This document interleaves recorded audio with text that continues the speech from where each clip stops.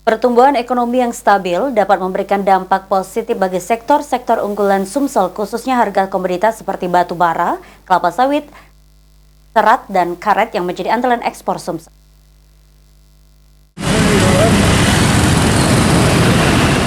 Sekda Sumsel Edward Chandra menjelaskan dalam laporan Bank Indonesia Pusat, ada beberapa faktor yang mempengaruhi perekonomian Indonesia, namun ekonomi Indonesia diperkirakan akan tetap tumbuh positif pada tahun 2025 dan sangat berdampak cukup signifikan bagi Sumatera Selatan. Menurut Edward Chandra, ekonomi Indonesia yang stabil dapat memberikan dorongan positif bagi sektor-sektor unggulan Sumsel, khususnya harga komoditas seperti batu bara, kelapa sawit, dan karet yang menjadi andalan ekspor Sumsel. Ditambahkan Edward Chandra, selanjutnya pemerintah Sumsel akan terus sinergi dengan Bank Indonesia.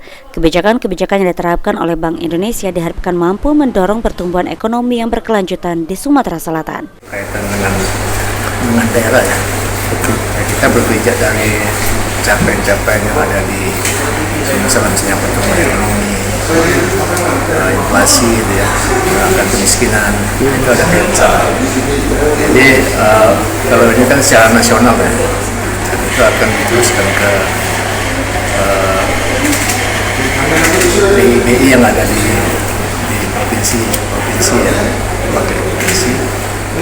Dan kita terus bersinergi ya, sesuai arahan dari Gubernur BI. Jadi untuk adanya sinergi semua sektor. Aja Delia, PAL TV.